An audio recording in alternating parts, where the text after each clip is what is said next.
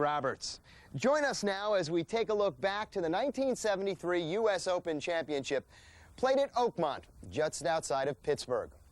You know, when the United States Open returned to Western Pennsylvania in June of 1973, it marked a record-tying 6th time that Oakmont had hosted the national champion and headed for a playoff. Arnie not only had the advantage in experience, but also in crowd support, as his nearby Latrobe, Pennsylvania roots gave him an army of followers, even larger than the usual presence. Nevertheless, Nicklaus prevailed and would go on to win the Open 2 more times before it returned to Oakmont. In the 3rd round, hometown hero Arnold Palmer shot a 68 to move into the lead with 3 other players, John Schley, Julius Burroughs, and Jerry Hurd. Nicklaus posted a disappointing 74 and was in 9th place. As we begin coverage of the 73 championship, the leaders are at 3 under par, and this Western Pennsylvania community was abuzz with the prospect of the 43-year-old Palmer making one more charge. This trophy, emblematic of victory in the United States Open Golf Championship, can be won by any man. 12 million golfers in this country play the game with an infinite variety of size, temperament, and ability.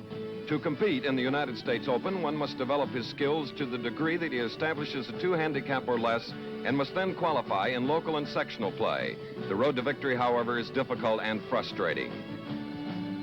Men like Jones, Varden, Nelson, Hogan, Palmer, and Nicklaus have won this classic event. Victory in the United States Open starts as a dream, and anybody can possess it. But to win, you must defeat the finest, men like Player, Crampton, Palmer, Trevino, and Nicklaus. Do so, and you win this trophy. You also win the most prestigious event in the world of golf, the United States Open Championship. Yes, play in the pressure round of the United States Open is underway. We've had exciting play already, and for the next 3 hours, you're going to see a lot more. As Arnold Palmer and Jerry Hurd have come through with a birdie each, and they now share the lead at 4 under par. Their round today at 1 under. Tom Weiskopf having a good round. Now within 1 shot, he started out at 2 under today. John Schley has had an unusual round. He had a double bogey on the 1st hole, but came back to eagle the 4th. He is playing in a twosome with Arnold Palmer. Byron and I are on a staff of 9 commentators and some 90 technical and production personnel who are here, manning 24 color cameras. And Byron, I'm glad to be in your twosome, former Open champion in '39, and this Open is no different than the things that happened over 72 years of play. No, I should say not, Chris. I'm sure with all of the great names that we have on the leaderboard today, someone has their favorite, maybe favorites, and of course, we have to call it as we see today. We can't say who's our favorite, but I would say this, that you should have some tremendous golf today.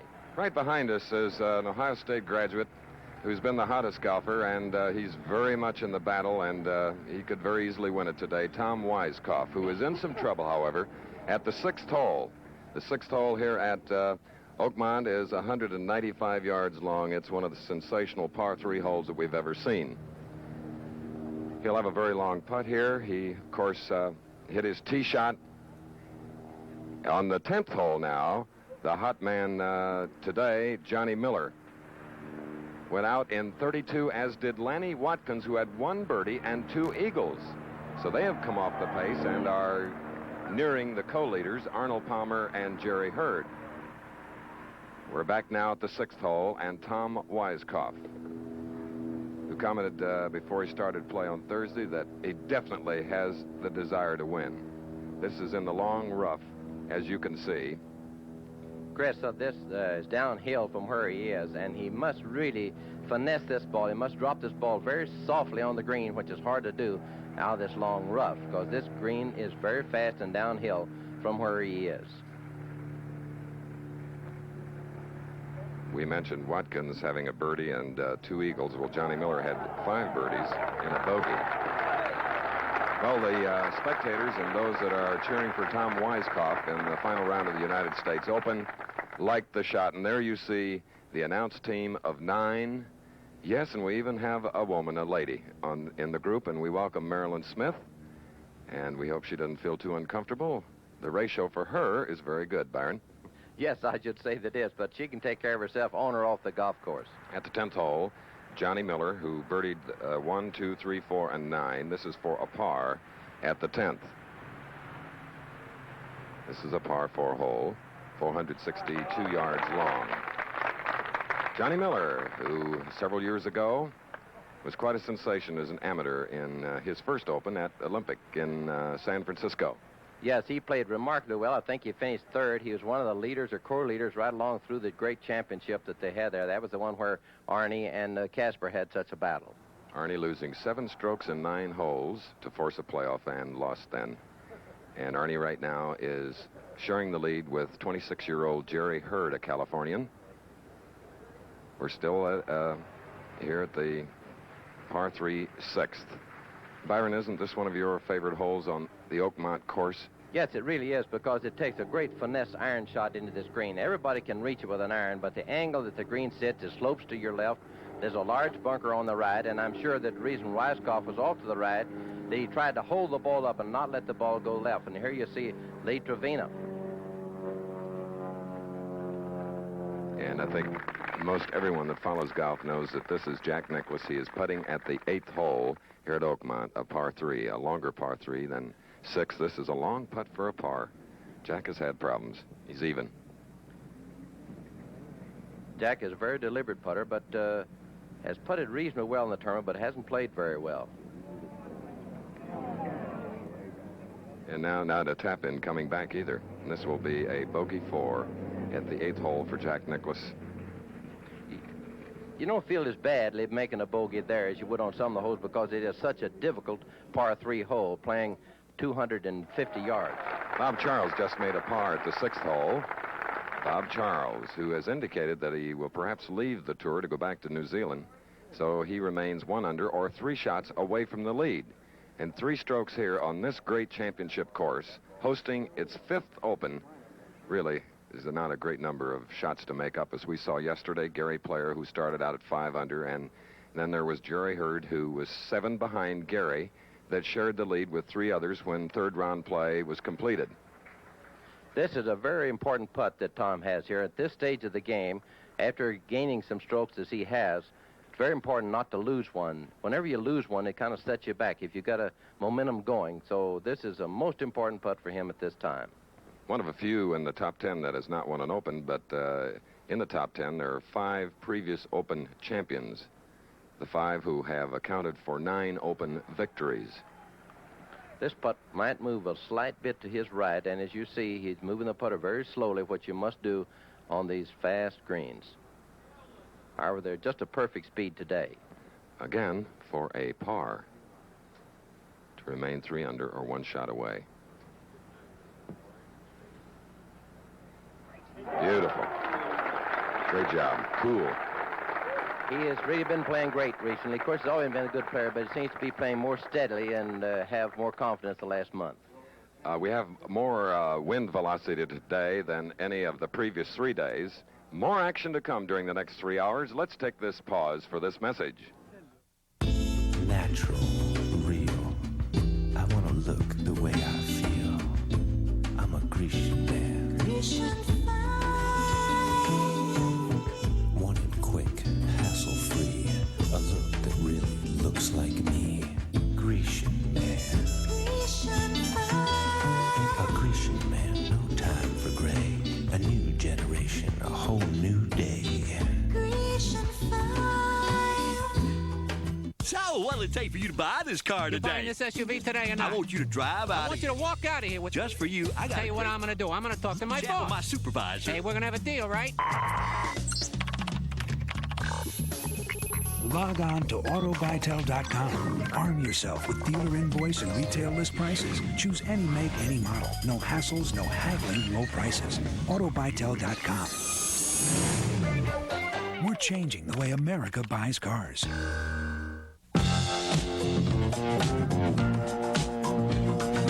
I believe in miracles. Where you from? You sexy thing, you. Where did you come from, baby? The crispy, juicy chicken sandwich at Burger King. It might not be a miracle, but at just 99 cents, you gotta admit, it is kinda sexy. When you have it your way, it just tastes better. So you need a mortgage. Yeah, but we don't really have any, Well, no collateral's really not a problem for us. In fact, that's our motto. All right, once you sign here and you're all set. This is actually more than we need. Yeah, I threw in a little extra. So what's the interest rate? 0, if that's comfortable. If getting a mortgage were this easy, You need a bag for this? you wouldn't need Century 21. Real estate for the real world. Ask about our Connections program. For an office, call 1-800-4HOUSES.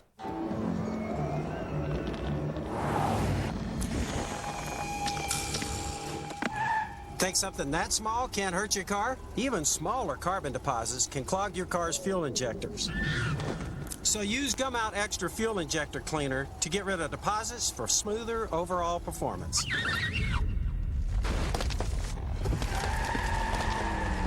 And did I mention better acceleration? Drive your fuel injectors clean with Gum Out Extra.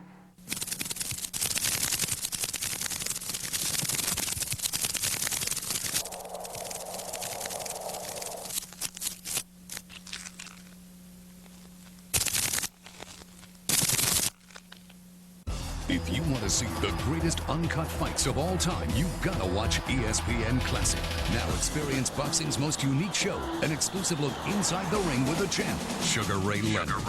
Sugar Ray's Hit Parade. He'll take you through historic battles and give you the inside story behind every hook, jab, and knockout from fights that are totally uncut. Sugar Ray's Hit Parade. Tuesday at 9, only on ESPN Classic. So close to the action, you got to duck. Are you old school? You're watching the 1973 U.S. Open on ESPN Classic. Now you get a look at the co-leader here at Oakmont on the final round of the United States Open, Arnold Palmer, who won in 1960, lost to Jack Nicklaus on this very same course in a playoff in 1962, now is 4 under par. And he is out there alone. Arnold Palmer leads by 1 over Jerry Hurd, Julius Boros, and Tom Weiskopf. A man that has been driving back and forth to his home in Latrobe, Pennsylvania, distance of about 39 miles, and each time having as a passenger a man named Deke Palmer, who taught him how to play, who still runs the show, Byron. Right. I imagine, Chris, that he's probably going with a 5-iron today, maybe even a 6, because he's really charged up.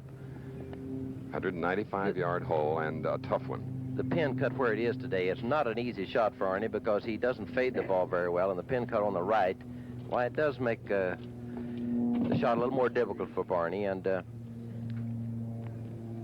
he's wiping his hands off a little bit, and as the airplane goes over, he always, you see where the pin is, and he has to come across that bunker, and the green slopes to the golfer's left are away from that bunker, which makes, you can see the angle there, very good.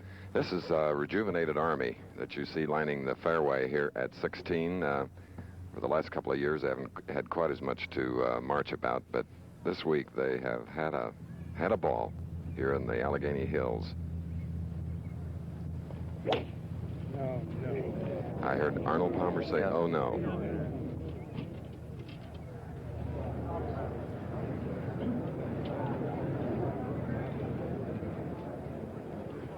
It's in the left rough short as the golfer plays the hole. As we look at the screen, of course, it's to the right of the green, but we refer to it as the golfer sees it, the stars of the show.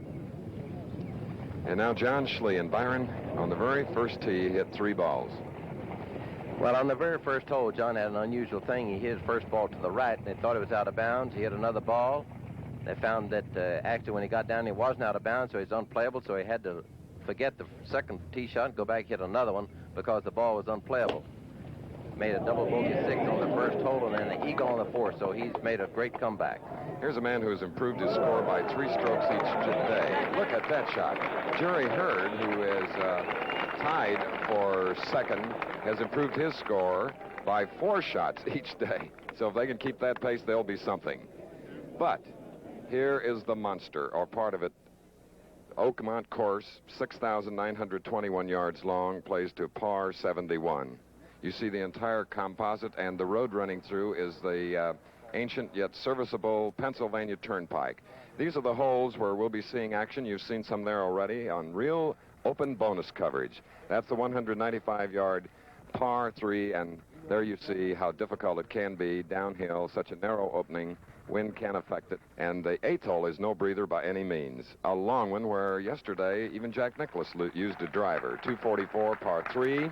There you see it, and there you see some of the 187 silica sand-filled bunkers here at Oakmont, hosting its 5th United States Open Championship. Hey guys, if you have thinning hair, call 1-800-HAIR CLUB. We're going to send you our new 40-page hair loss update. Covers the most up-to-date information on hair growing drugs and methods, as well as Hair Club's most natural-looking, non-surgical hair development today. You won't believe some of the hairstyles that you never thought you could have again that are now attainable through this method.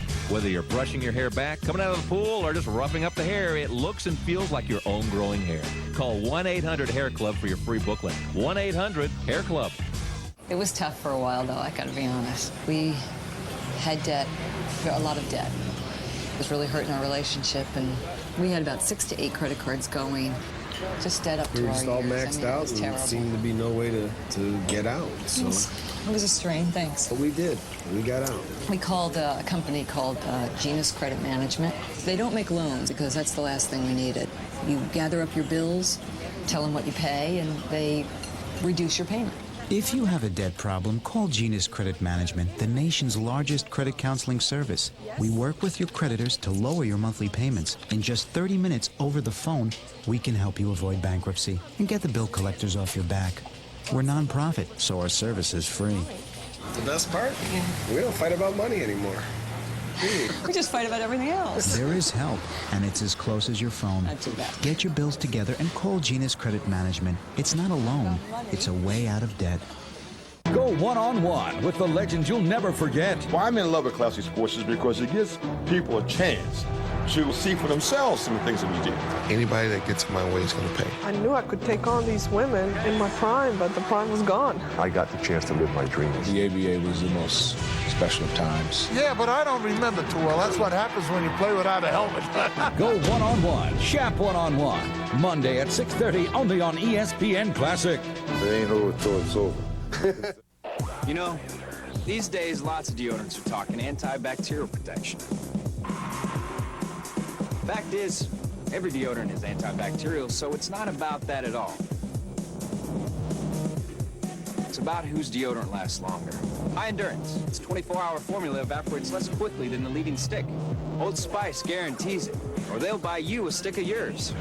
If you want odor protection that really lasts, High Endurance exceeds the need. Welcome back to ESPN Classic's presentation of the 1973 U.S. Open Golf Championship.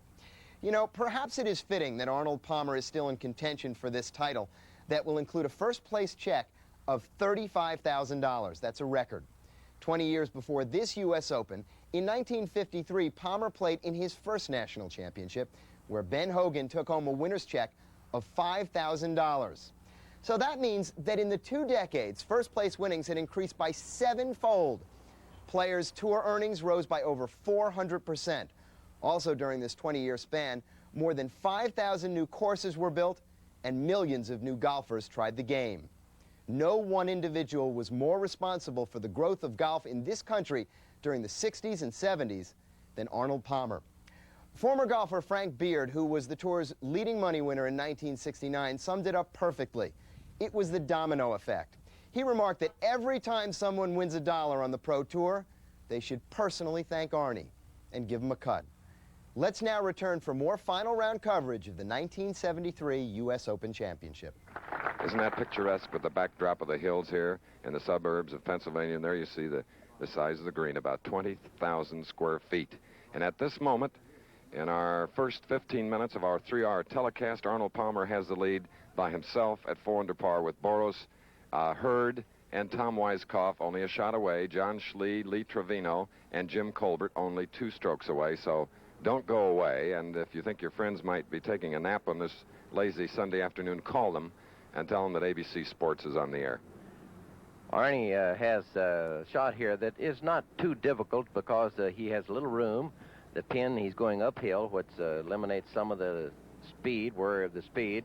His only problem here is it appears that he's buried right in the bunker, or he's in the bunker on the upslope, right, and doesn't have a very good place to stand. So he must just lob the club underneath the ball, and the ball land very softly. And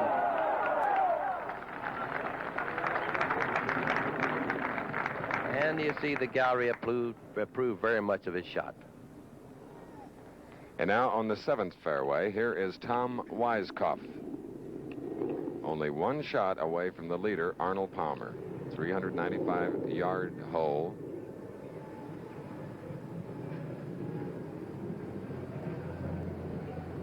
This is a shot that Tom's been playing real well recently. He's has a very smooth action, an upright swing, and it stops the ball, pitches the ball very high and stops very quickly.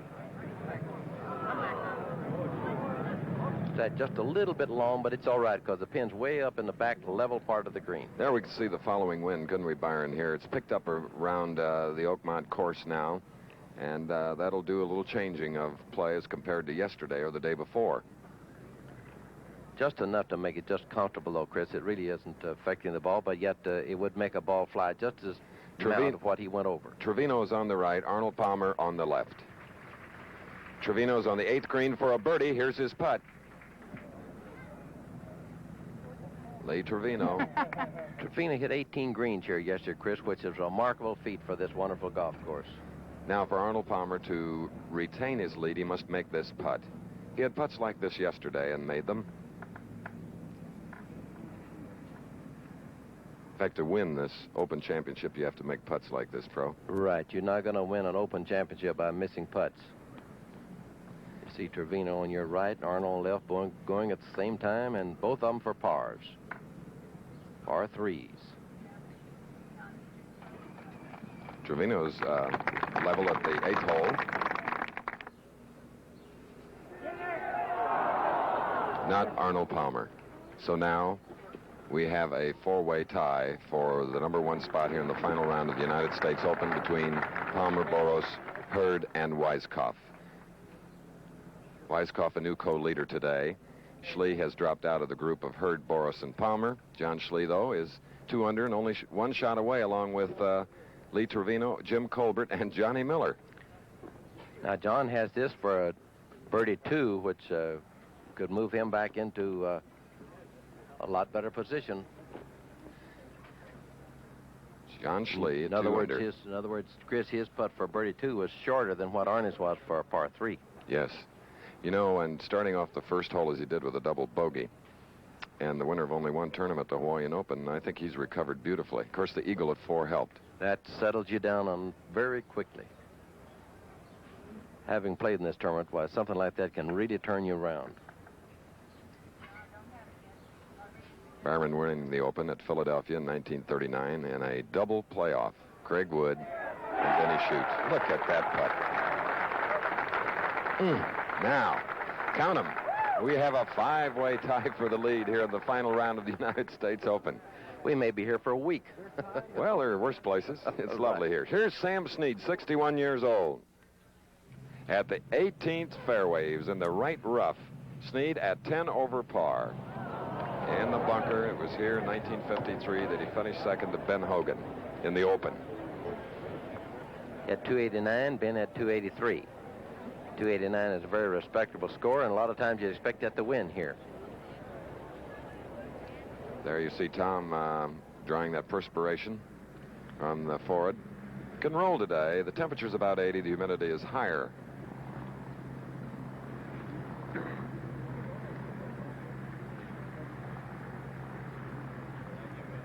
Tom is just enough off the green here, Chris, that just that little collar there, he has to be careful coming off of that because that's a little slower than the green. If you hit it too hard to get out of that little longer grass, it's not long, but a little longer than the green, why, it could go considerably past. But Tom has been doing this rather well recently. He's going with the putter, which I think this is a very wise choice at this point.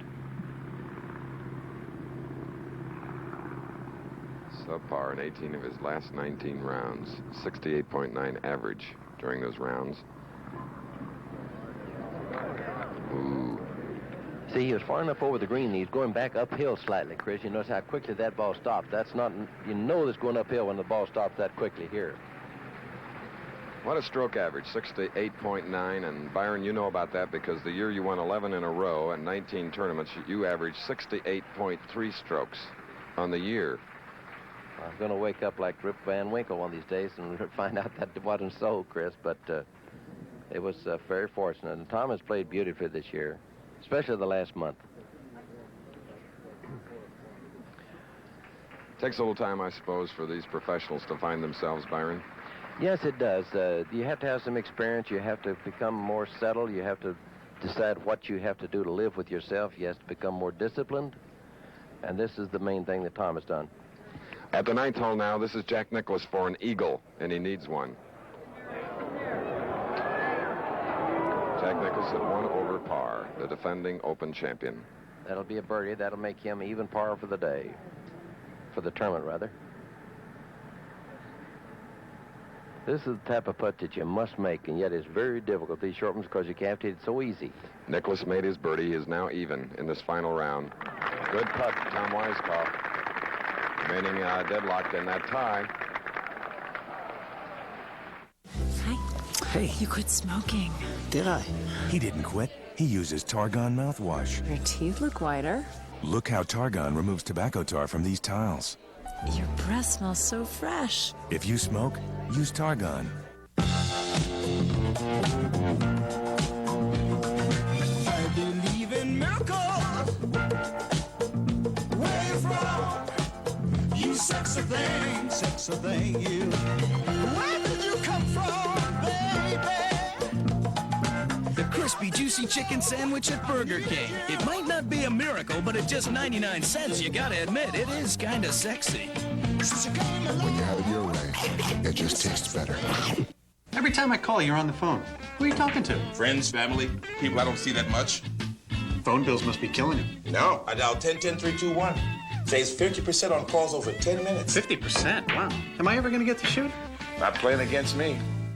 Robin and I are going to Cooperstown together, and nobody's going to care that I got 98% of the vote and you only got 77. Yeah, just like nobody's going to care I won more MVP awards, George. We'll be too busy celebrating with Miller Lite, which tastes great because it's so smooth. Well, I think it tastes great because of the choice hops. Are you sure about that, Robin? Yeah, I'm sure. 98% sure or just 77% sure? Miller Lite, the great taste of a true Pilsner beer. That MVP thing's killing you, isn't it? Yeah. Last year, Lee Jansen claimed an emotional victory at the U.S. Open. This season, the field is stronger than ever. The championship is up for grabs, and historic Pinehurst #2 is the battleground. Will the 1999 title go to one of the tour's hot players, or will this year's winners surprise them all? The 1999 U.S. Open. Early round coverage begins next Thursday at 11 on ESPN. You're watching the 1973 U.S. Open on ESPN Classic. Well, Byron is always talking about putty. And Byron, how about telling us how to read the break and how to handle a speed putt on the greens like we have here at Oakmont, okay? You know, you hear us talk a lot on the TV and on all the golf shows about the break of the green, how to read the green, and about how much the ball is going to break. So there's quite a few things that you should learn to do. Is number one, is you'll see the players moving around a lot from side to side, trying to determine where the roll is. A lot of times, just right behind the ball, you can't see it, so you have to move around a little bit. Now, on this break here, it breaks a lot to the right. I see the whole terrain of the green move to the right. So naturally, you know the ball has to go to the right. You can see the mound coming off of here, and there's nothing on this side, so it goes that way. Now, another thing that you must be very careful of when you're judging the break of a green is to be careful that you line yourself up where you want the ball to start. You can't line the ball up to the hole and then pull the putt around the line. You must line yourself up on the break. In other words, if I think this putt's going to break about 3 feet, which I think it is, well, then I line myself up to that line and not toward the hole. This is the thing that so many of you do not do. You line up to the hole, then look at the break. You must line your putter right up on the line in which you want the ball to go, just like this.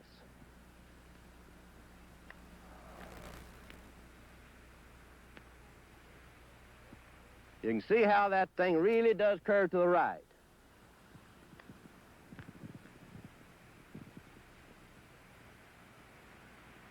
And you can also see how they roll. Now, speaking of rolling, you've heard an awful lot of talk about the greens here at Oakmont and how keen and fast they are. Well, they are, and I think the texture of the green is the best that I've ever seen. But now, for the tournament excepting on Thursday, they have not been as fast as what usually they are for the National Open Championship here at Oakmont. Thursday, there was 30 men that didn't break 80. On Friday, the greens got damp, and then on Saturday, of course, we had rain, so they're not so fast, but yet they are exceptionally keen and fast normally. They're about what the members play here most of the time. Now, I'd like to give you a couple of tips about putting fast greens. One of the key things that you want to do is you be sure that you don't hold the putter tight. You keep a light grip, because if you grip it real tight, then you're liable to jerk it. Let's go back to Keith at 17.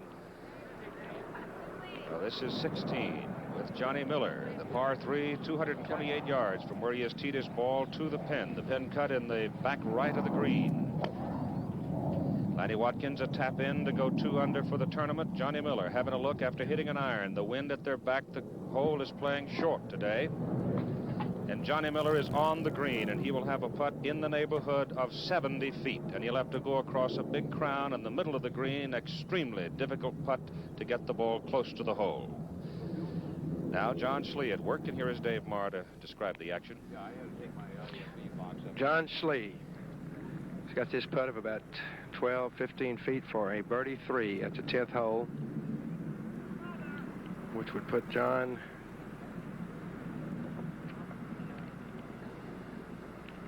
four under and in a tie for second at the moment.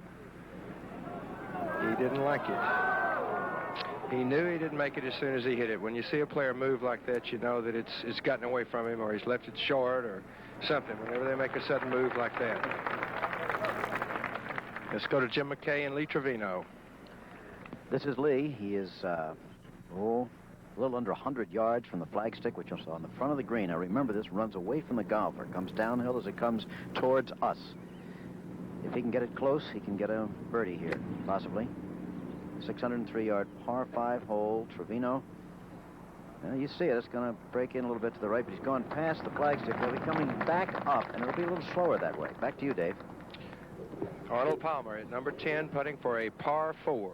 He needs his putt to stay 4 under and 1 shot back of John Miller. He's got to make this putt. Can't start making bogeys now. This is when you have to turn it on if you're going to win. Putting for a par 4, and he got it. Great 4 from where he was. Just sensational. Leaves him 4 under, and he's happy about that, too. And here we are at Oakmont. What a great tournament going on today. Stay tuned, ladies and gentlemen. Arnold Palmer. In 1974, Miller won 8 times, a record that no one has equaled since. By 76, he would claim 4 more wins in the southwestern United States alone, earning him the nickname the Desert Fox. In one tournament, the 1975 Phoenix Open, he won by 14 strokes, still the largest margin of victory at any tournament since 1970. Now let's return to coverage of the 73rd U.S. Open Championship. Johnny Miller on the 16th just rolled the ball some 72 feet and stopped it about 4 feet from the hole. But it's below the hole where you can take a good firm rap at a flat level putt and knock it in. Johnny Miller with 9 birdies and 1 bogey on the 16th. And here's the putt. Now, this is a very difficult hole. It's difficult for a lot of reasons. One, it's terribly long. Secondly, you go across a big crown. Speed so vital to the stroke, and he put it in there nicely for about a 4-footer. Now, Lee Trevino and Jim McKay. This will be Lee's attempt at a birdie on the 12th hole. I have never in my life seen so many golfers playing so well. In fact, it's never happened in the history of the U.S. Open. They've never had 4 men, for example, tie for the lead going into the last day. And it isn't a question of people stumbling to victory the way sometimes happens. They're all going for it. Trevino started the day 1 under. He's now 3 under. This could make him 4 under. So, all the way around, you see that tremendous break from right to left. Johnny Miller on the left now. This is for a par. One of the few times he's had a sizable putt at all for a par today, but no problem. He's only had 1 bogey. Johnny Miller could be headed for the greatest round in U.S. Open history. 64 is the record, remember. Trevino holding out for his par, remaining 3 under, 2 shots out of the lead. Lee Trevino, who 7 years ago was totally unknown to the American golfing public. Imagine that. Since then, he's won 2 U.S. Opens, 2 British Opens. One of the great stories. That's Jim Colbert, his fellow competitor, with whom he's paired today. Colbert not playing too well. Yeah, he started 1 under. He's even, so it's just 1 over in today's round. But that's the quality of the play. 1 over doesn't get you anywhere. You just keep falling back. Colbert remaining 5 strokes out of the lead now. Tommy Weiskopf has more trouble back on 10, and Dave Marr's there. What's it look like, David? Well, Jim, it seems he's in a little rule seminar here after number 9 and number 10. He has just taken a drop 2 club lengths. Now, I don't know what he took the drop for. There was a little discussion there, and then he was allowed to move it 2 club lengths and take a drop where he's now still in the rough, but it's the top of the trap here. Now, he doesn't appear to have a very good lie, and I don't know whether it was a free drop or a 1-shot penalty, which I'll find out as soon as... And I've just found out he did, in fact, receive a free drop, so he is now hitting his 2nd shot here at the 10th hole. He doesn't have a very good stance, though, and shot, say, about 200 yards, and he's playing into the wind. It's picked up a little bit here in the afternoon, and its hole is playing a little bit longer than it has the first 3 days. He didn't quite get all of it. Just going to run down somewhere probably 20, 30 yards short of the green. Not too bad a shot from where he was, though. Very fine out from there. Tom Weiskopf, who is certainly in a shape to win his 3rd tournament in a row if he can get to making some birdies here. He's 3 under par for the tournament, and let's go back to Keith Jackson. And here is the man of the day, perhaps the man of the 73rd U.S. Open. Pars in, he sets an all-time U.S. Open record. It'll be a record 63. Johnny Miller on the par 4, 322-yard par 4, hitting a 3-wood up over the top of the hill. He's got it on the right side of the fairway. It's on the short grass. He will have probably a full wedge, considering the state of the wind, into the pin, which is cut way back in the back of the green here on 17. Now here is Frank Gifford. And this is Lee Trevino at the par 3 13th, and a man who can charge. We've seen him. We saw him reel off 5 birdies at the Tournament of Champions in a row earlier this year, and he's only 2 shots off the lead. Frank, he drilled that one in there beautifully. And Lee Trevino in shape for birdie at 13. As we go over to Chris Schenkel. And 23-year-old Lanny Watkins is here on the 72nd hole of this championship. Lanny Watkins at 2 under par. He started out at 5 over, so Byron, he's having a round of 7 under. Remarkable. Really remarkable. Some of the play here today has been just unbelievable. However, I will say this, Chris, that... All right, for the moment, let's go to Jim McKay. Here we are with Arnold Palmer at the 11th hole. This is the short par 4. He's put it on the right side of the fairway and now approaches the green with a Pittsburgh-type smokestack in the background. What a shot. Arnold had a birdie here yesterday, and he could easily get one today, and if he does, he'll move into a tie for the lead with Johnny Miller. You truly may be watching the greatest U.S. Open in history, and every year it seems to get tighter and tighter and more exciting. There is no tournament like this one in the world. There is the scoreboard, Johnny Miller. Remember, at Olympic in 1966, he was a 19-year-old son of a member and almost caddied in the tournament, but qualified to play in it and almost won it. Finally finished 8th.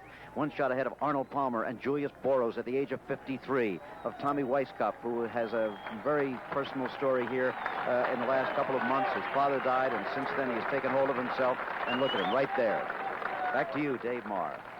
Thank you, Jim. And that's Tom Weiskopf, who got ready to play, but I think he could hear the noise from Arnold Palmer's gallery just ahead of him there, and he stepped back to really get ready because he's got to get in 2 here. His shot, he's pitching a little downhill, and it should break from right to left, his right to left. He's got a little bit of green to work with, but it should be fairly fast, and he's played a pretty good shot. That's the very, very nice shot, as a matter of fact, but these greens are so fast, just about the time you think they're going to stop rolling is when they just begin to roll another couple of feet. Tom Weiskopf, who is 4 under, and tied for second with Arnold Palmer, who is directly ahead of him, and Julius Boros, who is just behind him. And let's go to Jim McKay. Okay, David. Well, there is John Schley, playing partner of Arnold Palmer today, on the 11th green. Now, Schley is 3 under, a stroke behind Palmer, and Palmer is a stroke behind Johnny Miller. Schley will have this for a birdie. Both of them with birdie putts on the 11th hole. Well, you know, last year we had that Open out at Pebble Beach. We thought that was the best thing we ever saw. Then we went over to Muirfield and saw the most exciting British Open, certainly of our time. And now here we are with this one. Johnny Miller, the leader, remember, 1 stroke back, Palmer, Boros, and Weisskopf. 2 strokes back, Trevino, Schlee, and Hurd. 3 strokes back, Lanny Watkins, who's 7 under par, was he, the last time we heard, for the day? Let's go up course with Johnny Miller to Keith Jackson. All right, Jim. John sitting out there, almost perfect position for a wedge into the green on this par 4, 17th hole. He'll have to carry the ball right about 95 yards from that point. He's 5 under. He leads. He's 8 under for the day. He has it high. He has it on line. He stops it 8 feet from the hole. Johnny Miller, 8 under par for this round, 5 under par for the tournament. And when Lady Fate is holding your hand, I guess you just grip it as much as you can. Yeah, here's John Schlee again. Here's Jim. John Schlee for the birdie on 11. It could put him within a shot of the lead, at least momentarily. But stay around. No. What's going on at 10, Dave? Dave Marr, you back there? Yes, Jim, I certainly am. And this is Tom Weisskopf at the 10th hole with about a 4 or 5 foot putt for his par. John Schlee did make his par at number 11. And Tom's putt slides by. Drops him back to 3 under for the tournament if he makes this little one.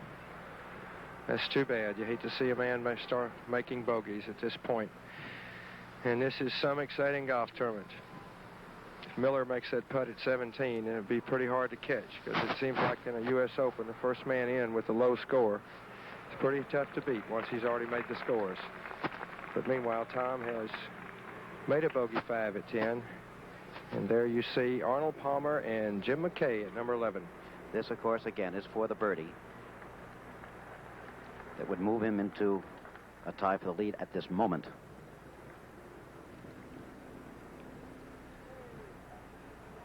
No. He really needed that one.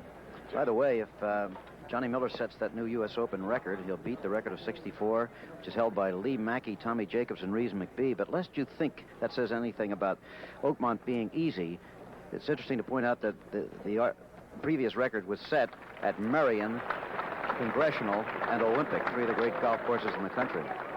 Seems to happen that way once in a while. But Arnold Palmer settles for the par 4 at the 11th hole. Remains 1 shot out still, that's all, pending Johnny Miller's putt up on 17. There you see the leaderboard once again. Miller a shot ahead of Palmer, Boros, then Weisskopf and Trevino and Schlee. Gee, keep an eye on Lee Trevino, boy. He's still poised as he moves up the course. Jerry Hurd has had some problems today, but he's still only 2 shots out. Lanny Watkins having a great round. Just imagine, between Boros and Lanny Watkins, there's only 30 years in age. We call this the Battle of the Ages, and it still is. Let's go to Frank Gifford now. You heard those roars. Go Arnie. That's the Army.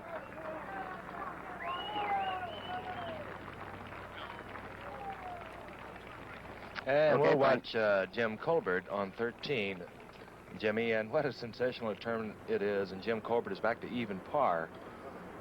And who would have ever dreamed? Even par, and you're trailing 7 golfers. Jim Colbert. Frank, may I say something that... Well, we'll come back to you, Marilyn, as we go over now quickly to Keith Jackson. If you don't mind, Marilyn, we'll look here at Johnny Miller, who's looking at his opportunity for a birdie here on the par 4 17th hole. If he gets it down, he will assume for the moment a 2-shot lead over the field. It will be his 10th birdie of this round. It will put him 6 under par. The BYU graduate walking in history at this moment at the U.S. Open on the old Oakmont course. This is, I called it 8. I'd back off and say it's a 10-footer. He took it on the high side, had it a little too hard, and the ball slid across the top of the cup. He will settle for a par. He has parred this hole all 4 rounds during the U.S. Open. If he taps this in successfully, which surely he will go to the 18th tee, 8 under par for the day, and 5 under par for the tournament. He is the leader.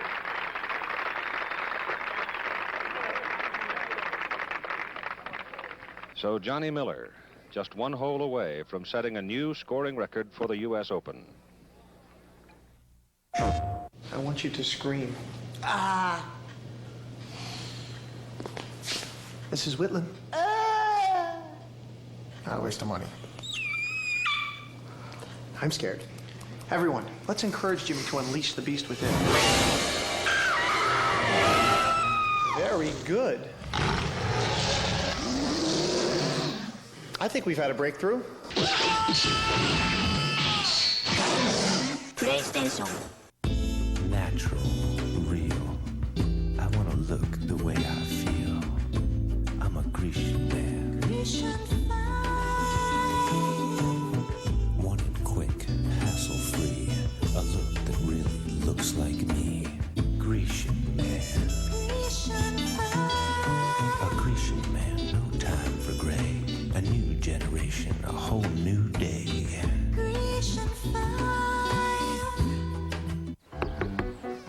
Hey! He's in the garage. Hey! If you're going to have a garage, have a garage. And if you're going to use an oil, use an oil. Pennzoil with Pure Base, specially formulated for stop-and-go driving. Like what I've done with the place? Hey, what does this do? Well, that opens up the roof so I can airlift anything in or out of it. Stop.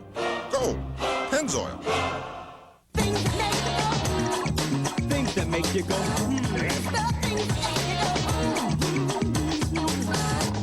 Break it down.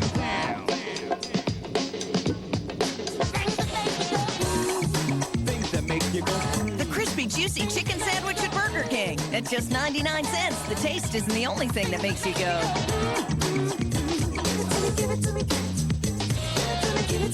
When you have it your way, it just tastes better. Gordy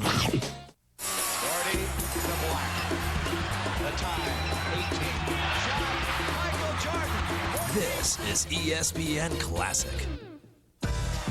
This is ESPN Classic. Last year, Lee Jansen claimed an emotional victory at the U.S. Open. This season, the field is stronger than ever. The championship is up for grabs, and historic Pinehurst #2 is the battleground. Will the 1999 title go to one of the tour's hot players, or will this year's winners surprise them all? The 1999 U.S. Open. Early round coverage begins next Thursday at 11 on ESPN. You're watching the 1973 U.S. Open on ESPN Classic. And this is Julius Boris. This is where he hit his second shot at the 10th hole. Julius missed the fairway here at 10, which he doesn't very often do, and got a pretty bad lie in the left rough. And he is now still in the rough, about 60 yards short of the flag, playing his third shot. And I would like to say that one reason they're shooting low scores is because of the condition of the course. It's an absolutely marvelous condition, and you see Julius playing his third shot into the green, and he's hit a pretty good shot at 10. And let's go to 14. On the 14th tee, you're taking a look at Lee Trevino, who is very much in the thick of things right now. This is a 360-yard hole and plays to par 4. That might deceive you a little bit. It is not an easy birdie hole. As a matter of fact, we've got 4 birdies here today. The idea here is to get the tee shot out right where he put it, right on the right side of the fairway, which opens up the green beautifully for you, and he's in fine shape. Let's go to Chris Schenkel now. We go back now to the 18th tee. A moment ago, a 23-year-old tied the Oakmont record with a 65, Lanny Watkins. Here is Johnny Miller, who could break a couple of records. 18th tee, the 72nd hole, leading by a stroke. What a freewheeling swing. I've never seen him hit through the ball as well as he has today. Of course, after the score speaks for itself, but as I was saying earlier, Chris, the greens are absolutely perfect. They're holding well in the best test of grass on the green I've ever seen. How about a slow motion study of that shot? All right, now watch Johnny Miller. He has a good turn. He's standing very freely. What a beautiful turn. Hand good and high. Look what a beautiful high position. weight off of the left side on the right. Now, watch how he stays down through here. See his head, how he's still down. Then he really goes through strongly from there, which is hitting the ball through and not to the ball. Let's hear from another professional, David Marr.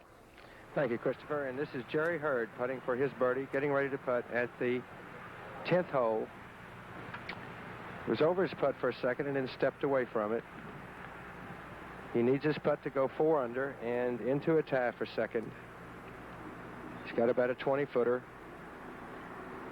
One of the real bright young players on the tour. Just bought a new driver this week from Lou Worsham here. And he says he's driven very well with it, and of course he is. And we've just gotten word that Lanny Watkins has bogeyed 18 as Jerry Hurd looks a little disappointed at his birdie attempt here at the 10th hole. He's going to come up and mark it. Julius Boris will putt now, and he has a putt of 8 to 10 feet for his par 4 here.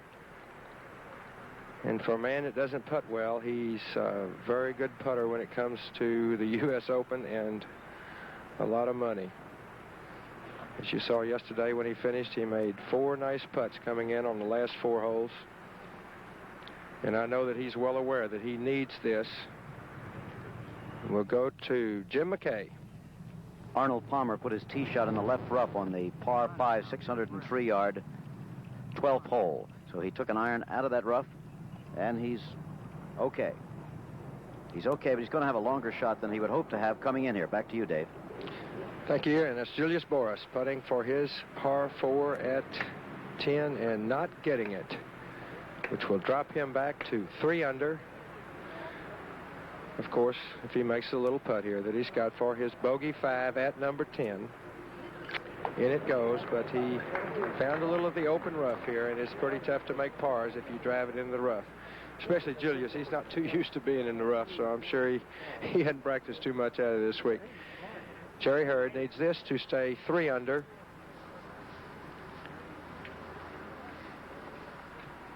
And in a tie with Trevino and now Boris and Schlee. Never seen so much red on a U.S. Open scoreboard. 4 for Jerry Hurd. And we'll go to 18, Chris and Barron. Thank you, David. And again, repeating, Lanny Watkins with a course equaling 65, being in at 1 under 283. Lanny Watkins. And now, on the 18th fairway, Johnny Miller, who can break 2 records here on this hole, Byron, and even with his 5 under, could be the Open champion. There you go. A good look at a young man who played a lot of junior golf at Olympic, where he played as an amateur in 1966 in the Open. Okay, Bill Fleming. Thank you, Chris. And right on the parallel fairway of 18 is the 14th, where Lee Trevino is sizing up a 100-yard shot into this very difficult and long green. Lee Trevino has to put this wedge over a little mound in order to be in birdie territory. And if it comes over, will it slide down? Yes, a little bit. He's there. So if he birdies here, he could come within 1 shot of Johnny Miller. Lee Trevino, who won in 68 and in 71.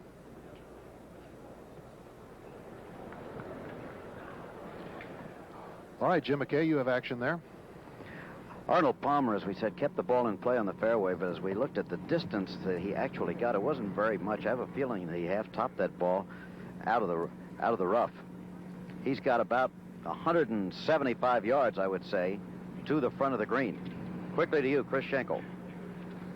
26-year-old Johnny Miller, about ready to hit his 2nd shot with an iron before the 18th green. 145 yards away, Chris. He had a tremendous drive.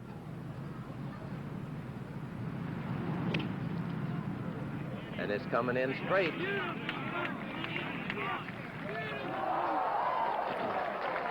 A little bit more length, and he would have been right stiff. All right, Jim. Okay, this is Arnold Palmer using a wood. He's probably more like 190 yards then. Flying it up, leftish, going to the left, and way left in the rough, short of the bunkers around the green. So Arnold now lies 3. It's going to be very difficult to get down in 2 from there for his par. Somebody's going to have to get a couple of birdies to catch Johnny Miller, and at the moment it doesn't look like it.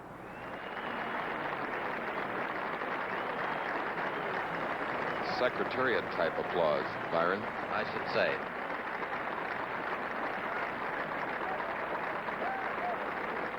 Johnny Miller would par the hole, finishing with a final round of 63, which to this day ranks as the best final round performance in U.S. Open history. And his round included some truly amazing statistics. He began the day 6 shots off the lead and tied for 13th place. He hit every single green in regulation. He took only 29 putts, which included 1 3-putt green. 10 of his iron shots finished within 15 feet of the hole, and 5 of them were 6 feet or closer. Truly the most amazing final round in golf history. After he signed his card, Miller then had to wait until every player had finished to see if anyone would catch him. One by one, the best players in the world faltered. Arnold Palmer, Jack Nicklaus, Tom Weiskopf, Lee Trevino, and Julius Burroughs all finished within 4 shots of Miller's 279. Only John Schley had a real chance, but he missed a 40-foot birdie try on the 18th, and Miller was the Open champion. Noted golf author Bob Summers summed up the situation appropriately in writing, "Miller had played the course as he had found it, and he played it better than anyone else."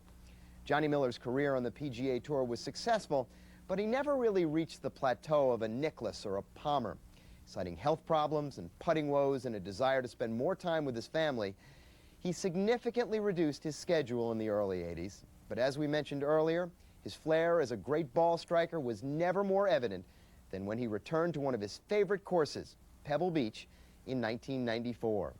He won the PGA tournament there that year, 7 years after his last victory, which was also at Pebble Beach, and 23 years after his first victory on tour. Thanks for watching ESPN Classic's coverage of the 1973 U.S. Open Championship. ESPN Classic continues in just one moment. Wow, you're feeling a lot of love right now. They love me. For that car insurance company that saved you some money. This relationship could last, huh? They love me. But when you run into trouble, will they still love you? Not. At Progressive, we've got a lot more respect for our customers than that. Oh, sure, we give you low prices. In fact, 60,000 drivers a week like them so much, they choose us. But you know what they really love is Progressive service that even those, expensive insurance companies can't touch. Like a fleet of immediate response vehicles that can be on the scene when you really need them. So, actually, yes, it is possible to have a low price and service in, well, the same relationship. Call Progressive now and see why those other 60,000 drivers a week choose us. They love me. Once you own the Holland Grill, you'll wonder how anyone could live with anything else. Its patented no flare-up system takes the guesswork out of outdoor cooking, so you can relax. How's it look, honey? Instead of watching the food. For your free grilling kit and video, call 1-800-474-3521. Should we invite the Hendersons over? Nah. The Holland Grill. Nothing else stacks up.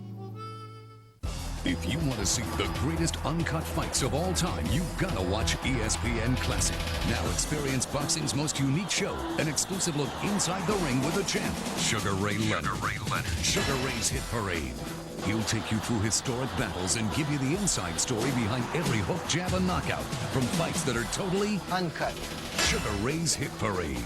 Tuesday at 9, only on ESPN Classic. So close to the action, you got to duck. Are you old school? You're watching the 1973 U.S. Open on ESPN Classic. A spectacular move! Oh my, this fight has gone crazy! I don't believe it! It is considered the greatest game in the history of the NBA.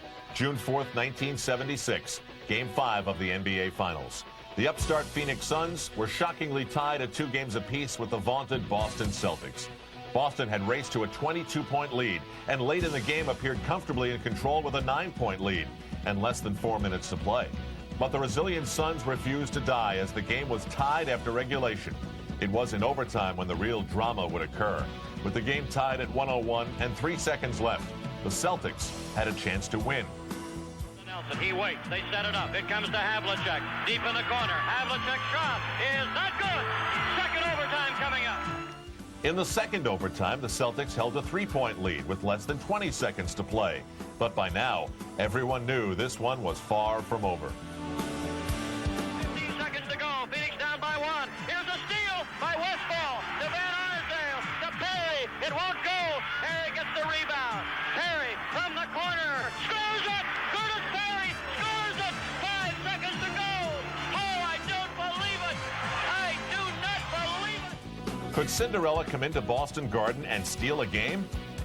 The guy we were most concerned about was Havlicek, and we wanted to have help, and I'll be a son of a gun if he didn't break loose. He's coming around to the left. The shot is good.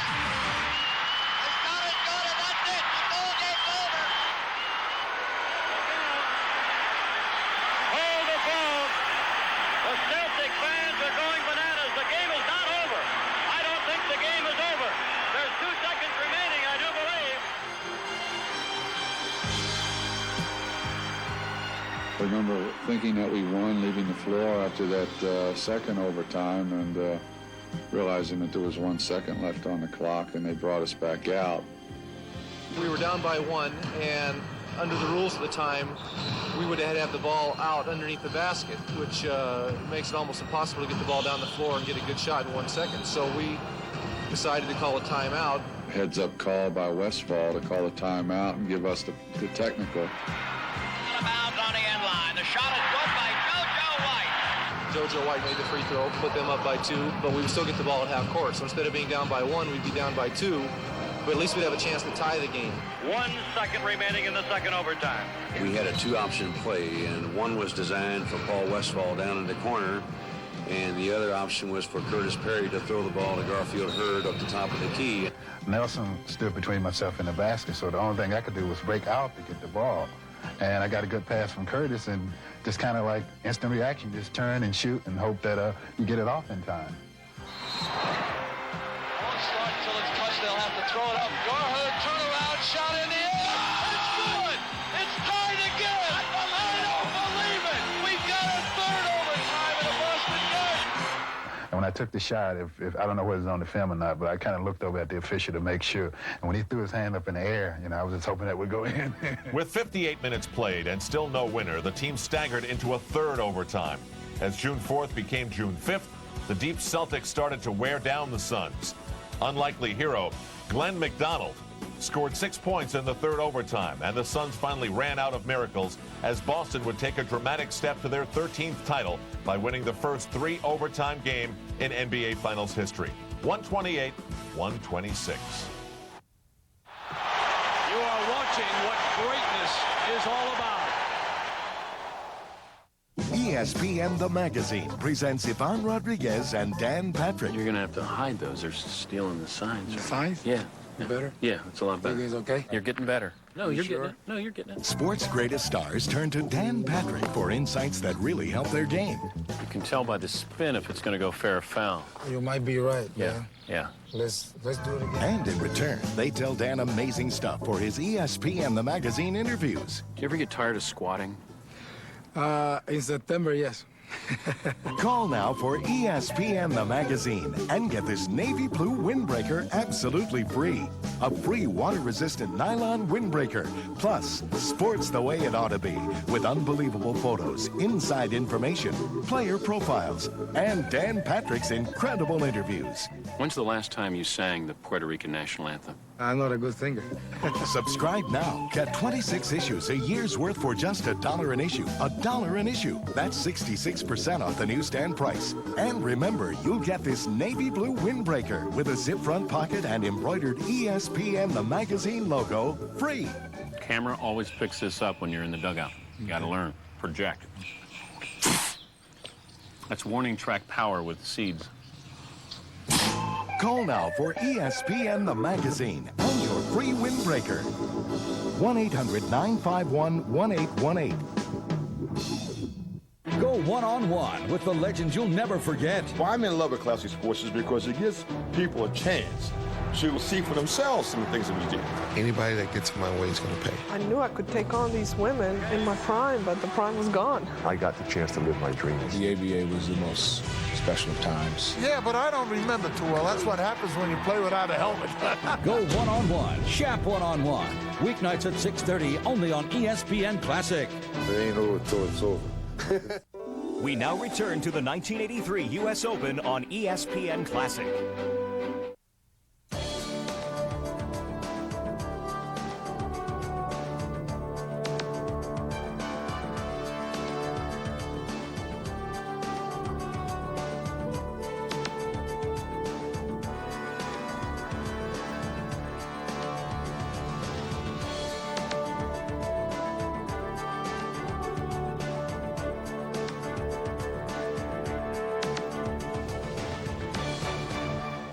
Trying to do, an angry player asked Sandy Tatum, then the chairman of the USGA's championship committee.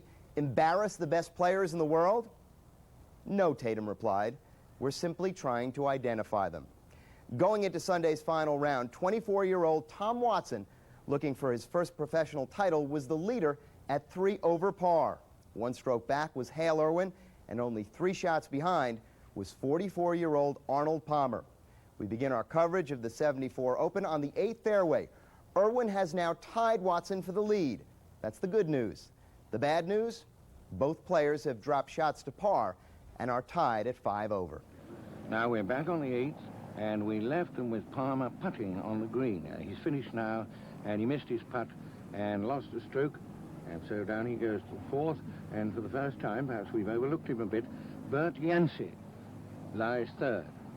And now back on the 8th fairway, here is Hale Irwin. He and Watson playing together, the last 2 out.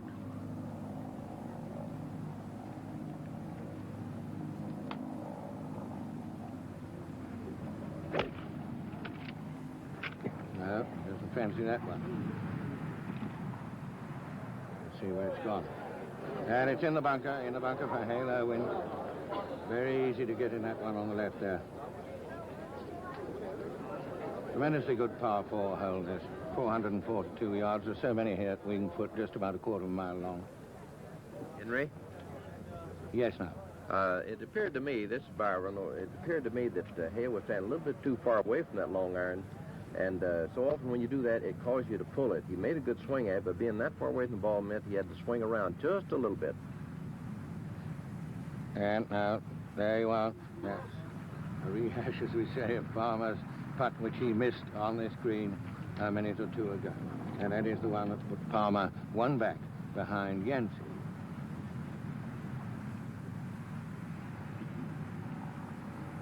Now live again on Watson.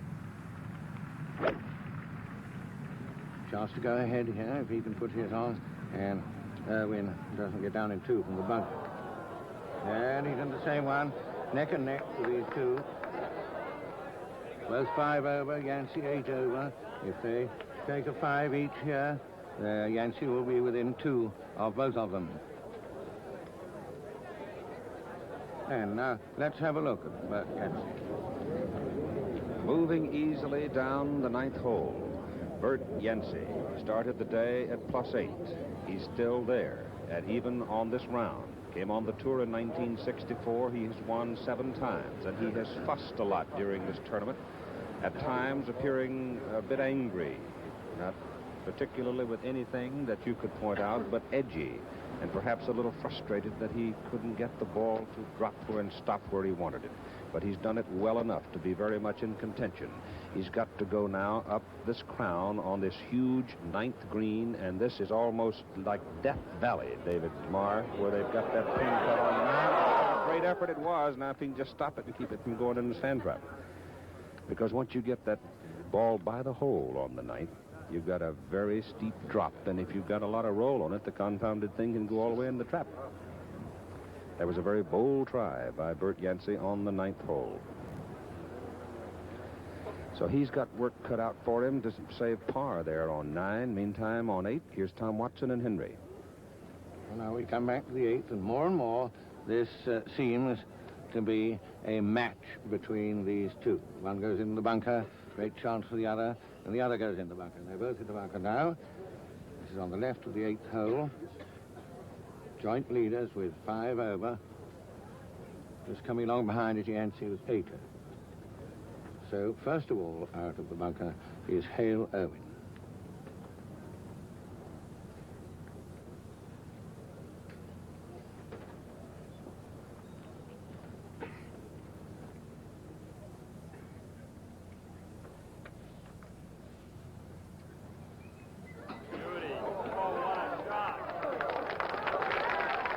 Just caught up a little in the fringe grass. He gets a good hand, but if it had pitched another foot or so, it would have been better.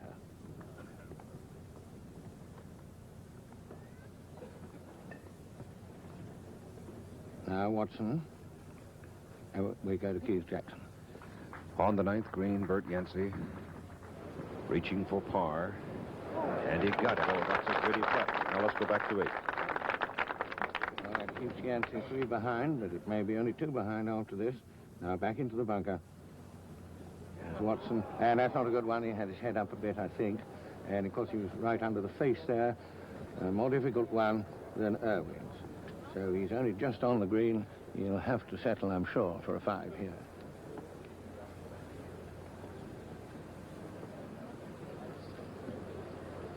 Just an outside chance now for Hale Irwin to steal one on him.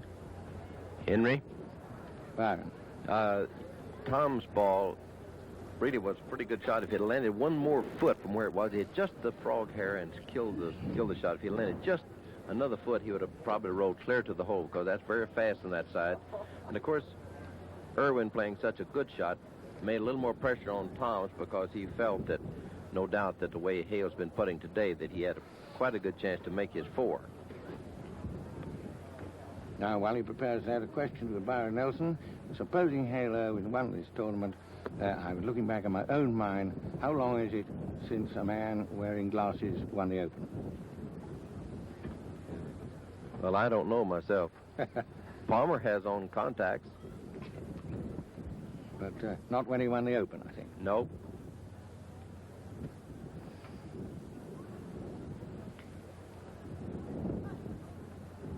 And, of course, we have time for one more comment that Irwin is fortunate. When we came along here this morning, it didn't occur to me that play would finish at all. It was pouring down, and that is a great disadvantage to anybody who wears glasses, whatever precautions they may take. Well, now, back to the play. This is the 8th hole. Both in the bunker on the left, and Tom Watson to putt first, having only just got out.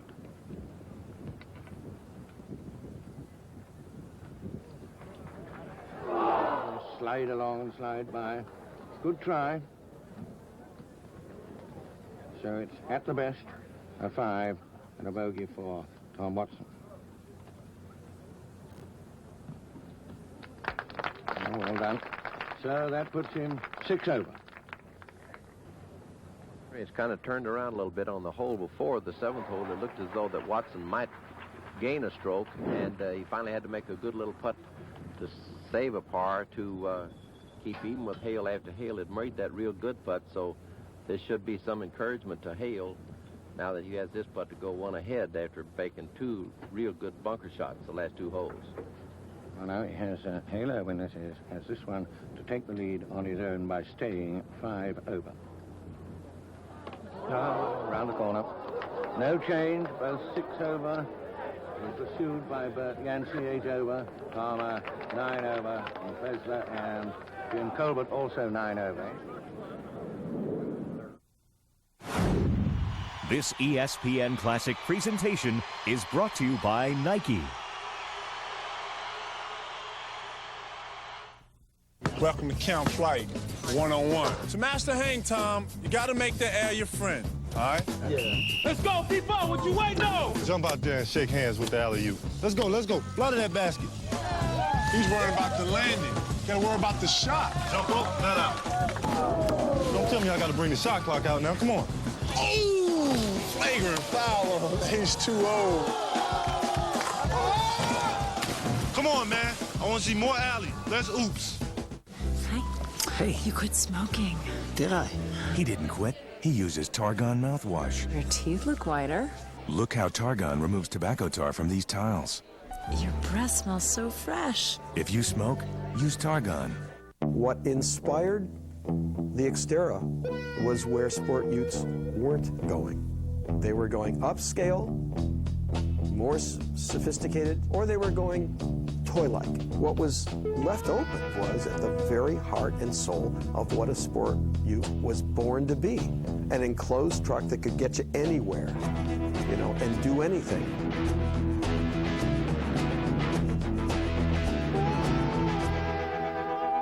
Every time I call, you're on the phone. Who are you talking to? Friends, family, people I don't see that much. Phone bills must be killing you. No, I dial 10-10-321. Saves 50% on calls over 10 minutes. 50%? Wow. Am I ever going to get to shoot? Not playing against me. Stuart, can I see you in my office, please? That kid is sick. That hinge is squeak is very sick. Stuart, get in here. Sure thing, Mr. B. Stuart, I just opened my Ameritrade account. Let's light this candle. Let's go to Ameritrade.com. It's easier than falling in love. What do you feel like buying today, Mr. P? Kmart. So research it. All this stuff is provided for you free of charge. No cost. Yeah, that's synonymous with free. Looks like a good stock. Let's buy. Let's buy 100 shares. All right, click it in there. Okay. How about 500? 100, Stuart.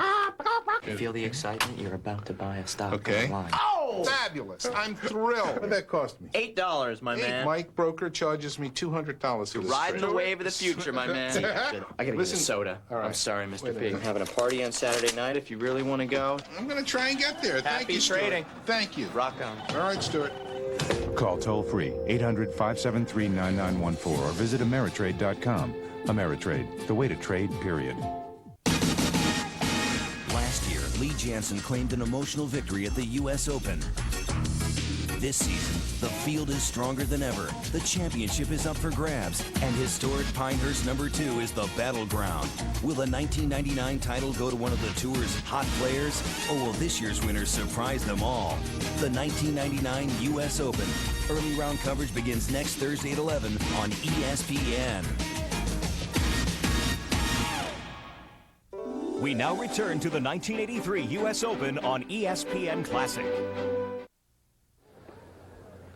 Arnold Palmer, +8, then +9. But there he is, striding along on the 9th hole, looking at a very difficult golf shot, because this hole is playing right at 462 yards today, listed on the card at 466, normally plays as a par 5 for the regular play here on this great old golf course. And you have to keep the ball in position to hit a long iron in order to reach it in 2. And Dave Marr, some comments from you on the pin placement today. I find it terrifying.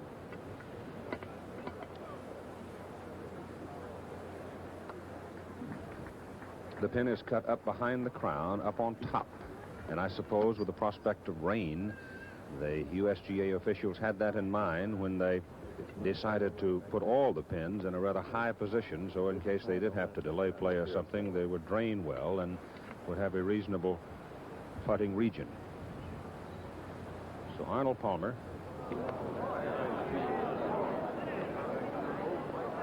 has the ball on the right side of the 9th green, and that's the right place to have it. And my question to the spotters along the 9th, is that his second or his third shot? Looked like that was third his shot. third Looked shot. like a pitch shot, yes. Yeah, there's no way he could drive that close to the green. I didn't mean to ignore you a minute ago, but yeah, I think you pointed out the correct thing. Once they saw what the weather was like, you have to put it, just in case you do get a lot of rain, where you have a lot of good drainage. Now let's go back to the tee for Hale Irwin and Tom Watson. Both bogeyed 8. They are now +6. They're just 2 shots ahead of Bert Yancey and 3 shots ahead of Palmer. Palmer has a difficult putt to make to save par. The tee shot by Irwin is in fine shape.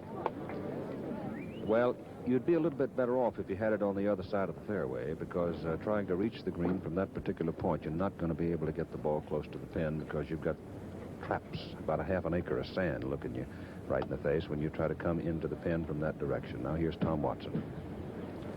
Par 4, and it's playing 462 today, and the wind is not helping you at all on this particular hole. Took a full rip.